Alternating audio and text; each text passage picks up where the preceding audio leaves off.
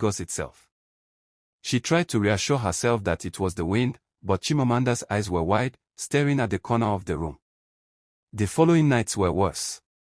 Shadows moved independently of their objects.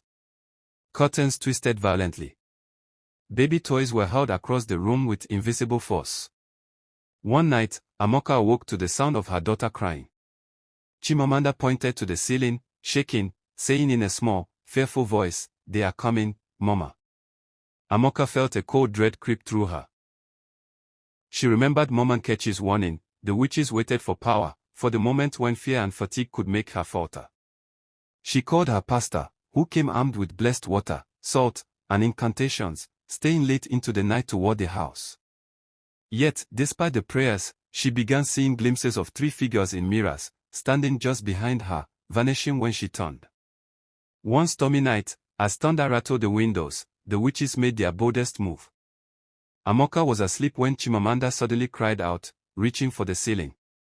The air grew icy, and the lights flickered. Then the chanting started, louder and closer than ever. Amoka woke to see the 3 witches materializing in her living room. Their eyes burned red, and their fingers were long, curling as if ready to claim Chimamanda.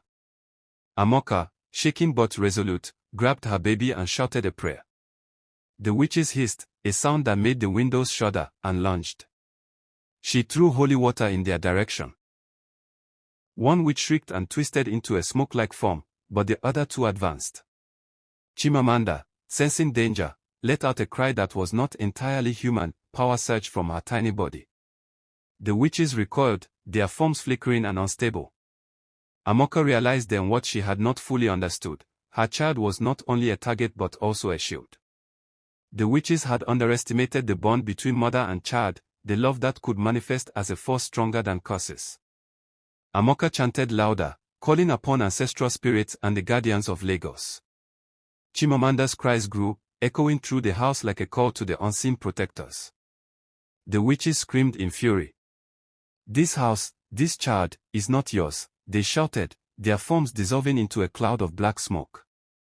With a final, piercing wail, they vanished, leaving a stillness that pressed against Amoka's ears like silence.